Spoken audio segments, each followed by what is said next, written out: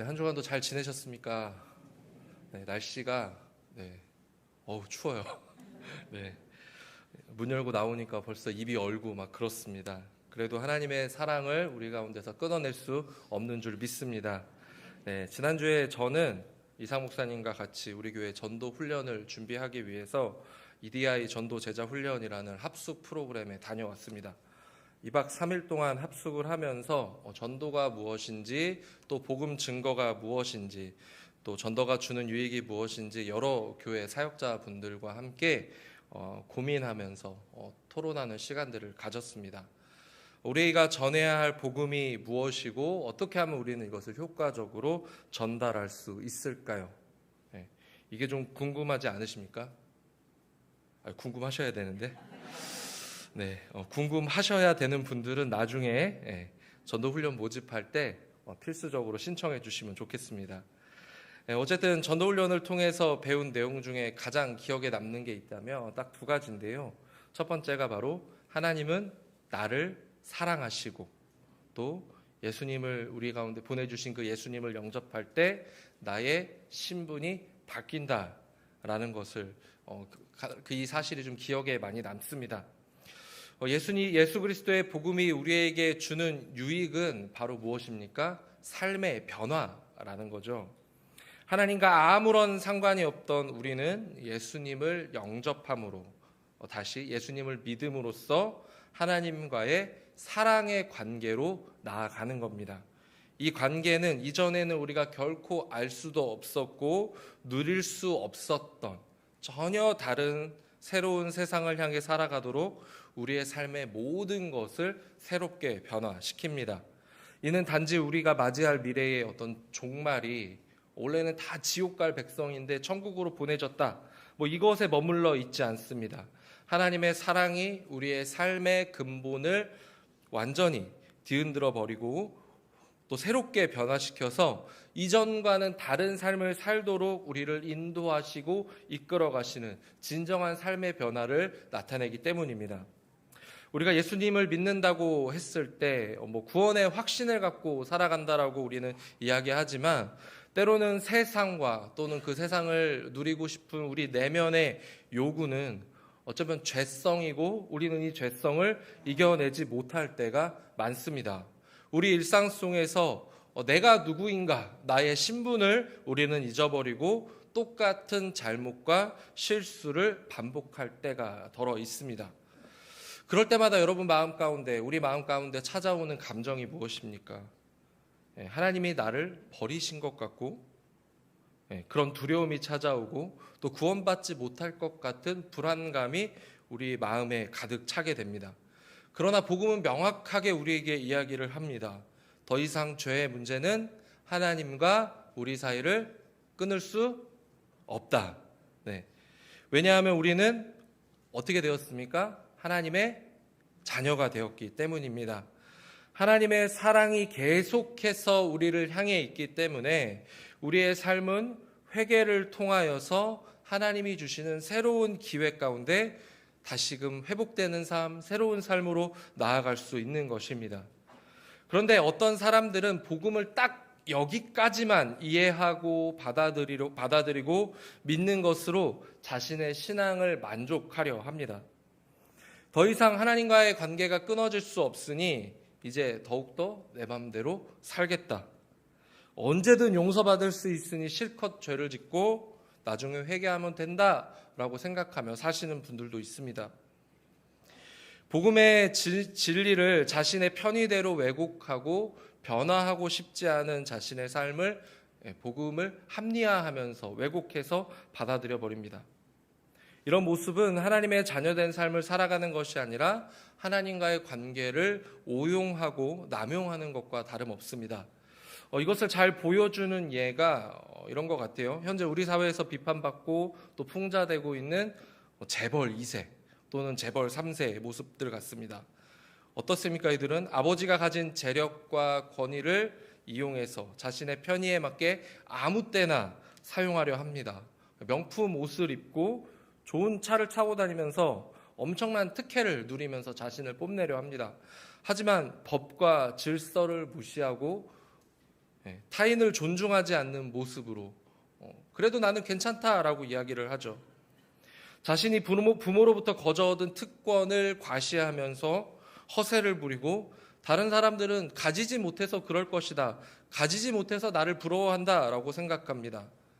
가진 것이 많으면 아빠가 대통령이고 국회의원이고 사장님이면 자기 마음대로 행동해도 괜찮은 건가요? 그렇지 않죠. 오히려 그에 따른 책임이 더 크게 드러나는 것입니다. 그들에게 정말 필요한 것은 특권층의 허장성세가 아니라 그 특권에 걸맞는 품격이라는 것이죠. 하나님의 자녀가 된다라는 것은 결국 그 이름에 걸맞는 품격이 필요한 겁니다. 이 품격을 갖추기 위해서 우리는 이전에 익숙했던 사고방식과 습관과 삶의 태도를 버릴 수 있어야 합니다. 하나님이 어떤 분이신지를 우리는 알아야 하고 또 하나님과의 나의 관계 속에서 과연 내가 하나님의 자녀로서 어떻게 살아가야 할 것인가 이것을 찾아내야 한다라는 것이죠. 이는 구원을 받았다는 그 사실에 머물러 있는 것이 아니라 적극적으로 그 구원을 살아내는 것까지 우리가 나아가야 한다는 것입니다. 우리 안에 묵어있는 오랜 습관을 버리고 옛날엔 이렇게 살아도 괜찮았는데 라고 하는 그런 이야기들을 우리는 버리고 하나님의 자녀됨이 무엇인지 배우고 익혀가는 그 과정을 허투루 밟는 것이 아니라 철저히 밟아가야 한다는 것입니다. 예수님을 영접했다고 자동으로 짠 이제부터 난 그리스도인 이게 아니라는 거예요. 완전하게 처음부터 그냥 짠하고 이루어지는 게 아니라는 겁니다. 믿음을 갖게 된 그 순간부터 우리는 하나님의 자녀로서의 품격 또는 실력을 갖추어가는 그 과정 가운데 살아가고 있다라는 거예요. 이 과정에서 중요한 건 무엇입니까? 바로 내가 누구인지를 우리는 알아야 합니다. 내가 누구인지를 안다라는 걸 쉽게 어려운 말로 표현하며 정체성이라고 이야기를 하죠. 정체성은 나 자신 안에서 쉽게 발견되지 못합니다. 자기소개서 이런 거 써볼 때 어떻습니까? 내가 누구지? 막 열심히 찾으려고 해도 잘 몰라요. 우리는 우리 자신에 대해서 쉽게 알 수가 없습니다. 그러면 우리 자신에 대해서 어떻게 알 수 있는가? 바로 내가 아닌 다른 존재들과의 관계 속에서 나만이 가지고 있는 고유한 독특한 그런 모습을 발견하게 될 때 비로소 자신의 모습을 발견할 수 있는 겁니다. 여러 사람 사이에서 나만이 가지고 있는 그것이 무엇인지를 우리는 알아챌 때 비로소 정체성을 확고하게 세워갈 수 있다는 거예요. 사도 바울은 교회가 가진 정체성을 분명히 일깨우기 위해서 두 가지의 이미지를 대비시키고 있습니다. 그 오늘 말씀에 나온 대로 무엇입니까? 빛과 어둠이라는 거예요. 빛과 어둠의 대비는 하나님이 세상을 창조하시던 그때의 장면을 떠오르게 합니다. 이 세상에 아무것도 없던 그 시간을 성경은 흑암 또는 혼돈이라고 지칭합니다. 그때 세상은 어둠 가운데 무질서한 채로 놓여져 있었습니다. 그런데 하나님이 그런 시간을 뚫고 빛이 있으라 선언을 하시고 빛을 세상 가운데 던져 놓으셨습니다. 공허하고 무질서한 어둠 가운데 매우 이질적인 뭔가가 나타났다라는 거예요. 그게 바로 빛입니다. 어둠과는 극명하게 다른 빛이, 그 밝은 빛이 세상 가운데 흘러나게 됩니다. 빛은 어둠 가운데서 명확하게 자신의 정체성을 드러내죠. 빛이 생겨난 그 시점부터 세상은 빛과 어두움이라는 새로운 질서가 잡히게 됩니다. 더 이상 어두움은 세상을 지배할 수 없게 되었고 빛이 드러남으로 인해서 어두움은 물러갈 수밖에 없던 것입니다. 이와 같은 관점에서 요한복음 1장은 예수님을 세상에 온 빛이다 라고 이야기를 합니다. 예수님은 세상에 와서 각 사람에게 비추는 참 빛이 되셨기 때문입니다. 예수님은 이 세상의 어두운 곳을 다니시며 그 빛을 밝혀 보이셨습니다. 요한복음 12장 46절에 보면 나는 빛으로 세상에 왔나니 무릇 나를 믿는 자로 어둠에 거하지 않게 하려 함이로다. 이렇게 말씀하십니다. 예수님 이 땅에 오셔서 무엇을 하셨습니까?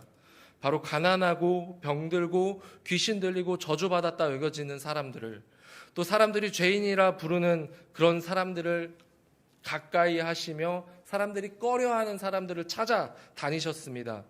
세상은요, 그런 사람들을 어두움 속에 감춰두고 가리려 합니다. 그러면서 우리는 이렇게 어두운 면들을 다 감춰버리고, 연약함을 감춰버리고, 그래, 나 이 정도면 멋있지 않아? 나를 따라오면 좋은 일만 있을 거야 라고 우리를 기만하고 있습니다. 그런데 예수님은 그 어두움 가운데로 들어가셔서 어둠이 감춰놓았던 이 세상의 연약함들을 세상 밖으로 이끌어내셨습니다. 본래 율법에 따르면 부정한 것을 접촉하면 될까요? 안 될까요? 절대 안 됩니다. 왜냐하면 부정한 것과 접촉하면 그 자체로 또 우리도 부정해지기 때문입니다. 코로나가 전염되는 것과 비슷하고 또 감기가 전염되는 것처럼 부정은 그렇게 전염을 일으킵니다. 그럼에도 불구하고 빛이신 예수님은 병자들과 죄인에게 더욱더 가까이 다가가셨습니다. 세상이 예수님에게 죄인과 세리의 친구다라고 불러도 예수님은 전혀 개의치 않으셨다라는 거예요. 그런데 놀라운 일이 나타났습니다. 예수님이 부정한 것을 만지실 때, 부정한 것을 가까이 하셨을 때 예수님이 부정해지셨습니까? 절대 그렇지 않았습니다. 오히려 부정한 것들이 깨끗함을 받는 역사가 나타난 것입니다. 병든 자가 치료를 받았고요. 귀신이 떠나갔고요. 죄인들이 회개하는 역사가 나타난 것입니다. 평생 어두움 가운데 거하며 자신이 누구인지 잊고 살았던 그런 자들을 예수님께서 찾아다니시며 그들을 일깨우시고 회복시켜 주시며 빛으로 인도하신 분이 바로 우리의 구주 예수님이십니다. 태초의 어둠을 밝히시는 그 창조의 빛으로 이 세상의 어둠을 예수님께서는 어둠을 밝게 비춰서 이 세상이 감춰놓았던 것들을 세상 밖으로 이끌어내 주셨습니다. 바울은 빛과 어둠을 대비하면서 교회의 정체성이 무엇인지를 분명하게 나타내려고 합니다. 빛에 속한 사람과 어둠에 속한 사람은 종말을 맞이하는 이 태도, 또 종말을 바라보는 관점이 서로 다르다라고 이야기를 하는데요. 데살로니가 5장 2절에 보면 주의 날이 밤에 도둑같이 이룰 줄을 너희 자신이 자세히 알기 때문이다 라고 이야기를 합니다. 성경에 보면 주의 날이라고 표현되어 있는 이 여호와의 날은 굉장히 크고 두렵고 무서운 날로 묘사가 됩니다.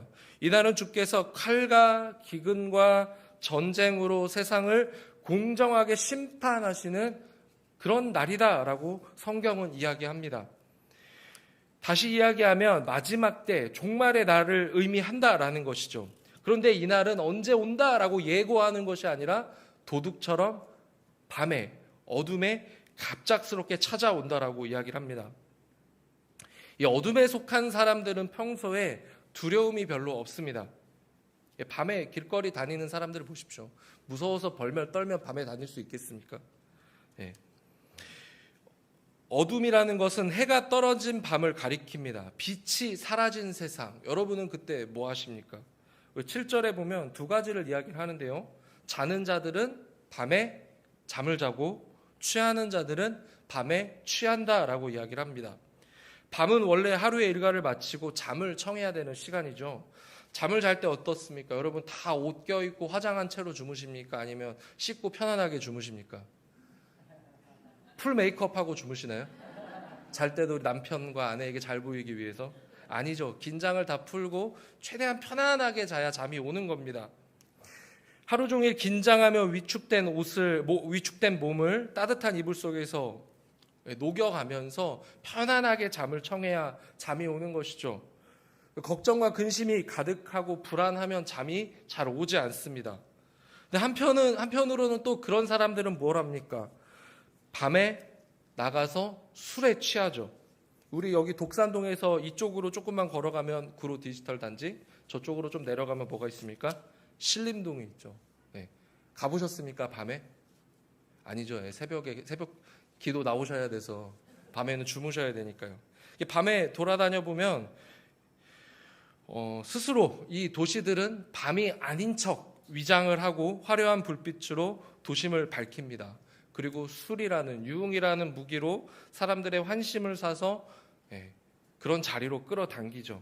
세상이 주는 시름을 술로 달래면서 야 이렇게 살아도 괜찮다. 이것으로 위로를 받지 않으면 너희는 무엇으로 위로를 받겠는가? 라고 이야기를 합니다. 잠을 자는 사람이건 술에 취한 사람이건 어둠에 머물러 있는 사람들은 이렇게 살아도 괜찮다, 평안하다, 안전하다라고 이야기를 합니다. 그런데 어떻습니까? 주의 날은 언제 임합니까? 바로 잠을 자고 있는, 또 평안을 누리고 있는 그 시간에 도둑같이 불시에 임한다라고 이야기를 합니다. 3절에 보니까요, 그들이 평안하다 안전하다 할 그때에 임신한 여자의 해산의 고통이 이름같이 멸망이 갑자기 그들에게 이르리니 결코 피하지 못할 것이다 라고 이야기를 합니다.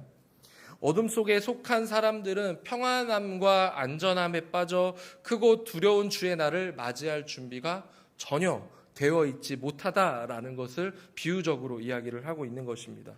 반면에 낮은 어떻습니까? 어둠 가운데 잠을 청하던 자신을 깨워서, 흔들어 깨워서 빛이 비추이는 곳으로 나갈 준비를 우리는 하게 됩니다.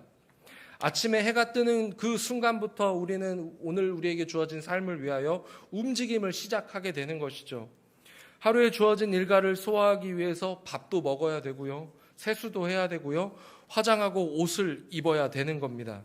이러한 과정이 없이 빛이 있는 자리로 우리가 나아가게 되면 어떻게 될까요? 부스스한 머리, 눈엔 또 눈곱 가득 껴가지고 꼬재재한 모습으로 이런 민낯을 사람 앞에, 우리가 이 세상 앞에 보여줄 수가 없는 것이죠. 낮에 속한 사람들은 바로 다가올 세상을 준비하며 살아가는 사람을 의미합니다. 편하게 긴장이 풀린 채로 도둑같이 찾아오는 종말에 휩쓸려서 살아가는 것이 아니라 긴장을 갖고 준비가 된 모습으로 그날을 맞이할 준비를 하고 있는 것이죠. 4절 한번 볼까요? 형제들아, 너희는 어둠에 있지 아니하며 그날이 도둑같이 너희에게 임하지 못한다. 준비가 되어 있으면, 싸울 준비가 되어 있으면, 도둑이 언제든 찾아와도 내가 맞이할 준비가 되어 있으면 긴장하지 않는다라는 거예요. 빛 가운데로 나아가는 사람들은 이런 적당한 긴장감을 가지고 스스로를 준비하고 무장합니다. 준비가 되어 있다면 미래에 어떤 일이 일어나도, 갑자기 그런 일들이 일어난다 하더라도 우리에겐 두려울 것이 없다라는 것이죠. 5절에 바울은 교회의 정체성이 무엇인지를 분명하게 이야기를 합니다. 너희는 다 빛의 아들이요 낮의 아들이라 우리가 밤이나 어둠에 속하지 아니하였다. 하나님의 자녀는 어둠과 밤에 속하지 않습니다. 우리는 다 빛의 자녀고 낮의 자녀로 살아가고 있기 때문입니다. 낮에 속한 자들은 잠에 들지 않습니다. 빛에 속한 자들은 술에 취하지 않습니다. 낮은 활동의 영역이고 생성의 시간이기 때문입니다. 빛은 감추는 것이 없이 모든 것을 다 드러내기 때문에 준비가 되지 못하면 그 민낯이 속속들이 밝혀지게 되기 때문입니다. 우리가 하나님의 자녀라고 이야기하면서 어둠을 사랑하고 어둠에 속해 있기를 원한다면 그것은 앞뒤가 맞지 않는 이야기입니다. 우리는 어둠에서 빛으로 건져진 존재들입니다. 하지만 여전히 우리에겐 어둠이 편하고 익숙하고 어둠에 가려져 있던 그 시절을 내 자신의 정체성이다라고 이야기하기를 좋아하고 그것을 착각할 때가 더러 있습니다. 하지만 우리는 더 이상 어둠의 자녀로 살 수가 없는 것이죠. 그래서 바울은 6절에 이렇게 권면하는데요. 말씀 갖고 계신 분들은 함께 읽도록 하겠습니다. 그러므로 우리는 다른 이들과 같이 자지 말고 오직 깨어 정신을 차릴지라. 정신 차려라 이야기입니다. 깨어 있다라는 것은 눈을 감지 않은 상태를 이야기하죠. 눈을 한번 감아볼까요? 무엇이 보이시나요? 뵈는 게 없습니다. 눈을 감으면 아무것도 보이지 않습니다. 눈을 감은 상태에 머물러 있으면 우리는 보이는 것도 없고 그냥 그대로 어떻게 해요? 잠이 들어 버리는 게 우리들의 모습입니다. 그래서 바울은 깨어라, 정신 차려라, 눈을 떠라. 그리고 나 자신이 하나님 앞에 속해 있다라는 것을 네 눈으로 똑똑하게 봐라라고 이야기를 하는 것 같습니다. 동시에 이 세상이 얼마나 어두움 가운데 있는지를 우리 눈으로 확인하며 거기서부터 우리를 건져내신 하나님의 놀라운 구원을 발견하라라고 이야기하는 것 같습니다. 그동안 익숙해져 있던 세상의 방식과 하나님이 주신 새로운 삶의 방식이 얼마나 다른지를, 빛 가운데 머물러 있는 것이 얼마나 행복한 것인지를 우리의 눈으로 바른 정신을 가지고 확인하라 라고 바울은 이야기하는 것 같습니다. 우리가 사는 세상은 우리의 시선을 어두운 쪽으로 계속해서 되돌리려고 부단히 애씁니다. 눈을 감아라, 안락함을 찾아라, 편안함을 찾으라, 그것이 위로와 안식이 될 것이다 라고 이야기를 합니다. 많은 것들을 누리려면 어둠으로 돌아오라 라고 외치며 우리의 판단을 흐리게 합니다. 어둠에 잠식될 때 우리는 하나님이 주시는 은혜의 빛을 드러내기보다는 꺼져가는 촛불처럼 어둠 가운데 희미하게 그 빛을 간신히 유지할 수밖에 없는 것이죠. 믿음을 따라 사는 것보다 우리 눈에 보이는 즐거움들이 더 좋아 보이기 때문입니다. 솔직하게 말해서 돈이 많은 게 좋습니까? 돈이 없는 게 좋습니까? 많은 게 좋습니다. 못 배운 게 낫습니까? 배우는 게 낫습니까? 네. 이 허세 부리면서 당당하게 사는 게 낫습니까? 잔뜩 쫄아 있는 게 낫습니까? 이게 나를 드러내야 사람들이 나를 알아주는 거 아니겠습니까? 겸손하고 감추면 사람들이 몰라요, 내가 누군지. 나를 드러내야 또 인정을 받아야 사람들이 나를 좋아하고 사랑해 주는 것 아니겠습니까? 그런데 그 안에서 우리는 많은 것들을 누리기보다 이것을 알지만, 이렇게 살아가는 게 좋다는 걸 알지만 우리의 현실은 어떻습니까? 그걸 다 누리고 사십니까? 그렇지 않다라는 거예요. 이것을 가지려 할 때 우리는 점점 더 좌절을 경험할 수밖에 없습니다. 이리저리 끌려다니면서 비참함에 놓일 수밖에 없다라는 것이죠. 바쁘게 돌아가는 이 시대는 계속해서 우리의 눈을 가려 합니다. 앞만 보고 달려가면 그 끝에 성공이 있다 외치면서 현실이 주는 어떤 이런 가혹함에 눈을 감게 만들어 버리는 것이죠. 그런데 우리가 속한 곳은 어디입니까? 지금 우리가 향해 가는 곳은 어둠이 아니라 빛인 줄 믿습니다. 하나님의 사랑은 우리에게 빛으로 다가왔기 때문입니다. 세상의 풍파에 등 떠밀려 사는 것이 아니라 그럴수록 우리는 우리의 눈을 떠서 우리에게 찾아온 그리스도의 빛이 무엇인지를 분명하게 볼 수 있어야 합니다. 그 빛을 통해서 빛이 무엇이고 어둠이 무엇인지를 우리는 구분해낼 수 있어야 하는 것이죠. 이 시대가 악하다 말만 하는 것이 아니라 우리의 눈으로 바라보면서 그것이 무엇이 악한지 우리는 말할 수 있어야 한다라는 겁니다. 이 시대가 우리의 사고와 정서를 무력하게 만들어버리고자 하지만 우리는 깨어서 정신을 차리고 이 시대가 악하다라는 것을 빛을 들고서 당당하게 밝혀 보일 수 있어야 하는 것입니다. 사랑하는 성도 여러분, 올 한 해 우리는 일어나 세상으로 흘러가기로 결단하고 기도하였습니다. 어둠이 짙은 이 세상을 향해서 여러분 무엇을 들고 가시겠습니까? 바로 빛이신 그리스도와 함께 나아가야 하는 줄 믿습니다. 그러기 위해서 우리는 그 빛에 먼저 온전히 사로잡혀야 하겠지요. 그 빛이 내 안에서 찬란하게 빛을 낼 수 있도록 나를 하나님 앞에 드리는 훈련이 필요합니다. 세상이 더 이상 어두움으로 이 시대를 덮지 못하도록 우리 안에 있는 그 빛을 통해서, 그 밝은 빛을 통해서 여러분의 삶의 자리에서 그 빛이 온전하게 드러나야 되는 것입니다. 빛 가운데 거할 때 세상은 더 이상 우리를 속일 수 없습니다. 우리에게 빛을 비춰주시는 그 근원에 가까이 있어야 우리는 우리 자신이 누구인지를 분명하게 알고 세상과 다른 내가 누구인지 나의 정체성을 분명하게 깨달아 갈 수 있는 것입니다. 오늘 이 시간 여러분이 계셔야 할 곳은 어디이십니까? 사랑하는 성도 여러분, 빛으로 다가오시고 빛 가운데 행하시는 귀한 오늘의 삶이 되시기를 예수님의 이름으로 축복합니다. 기도하겠습니다.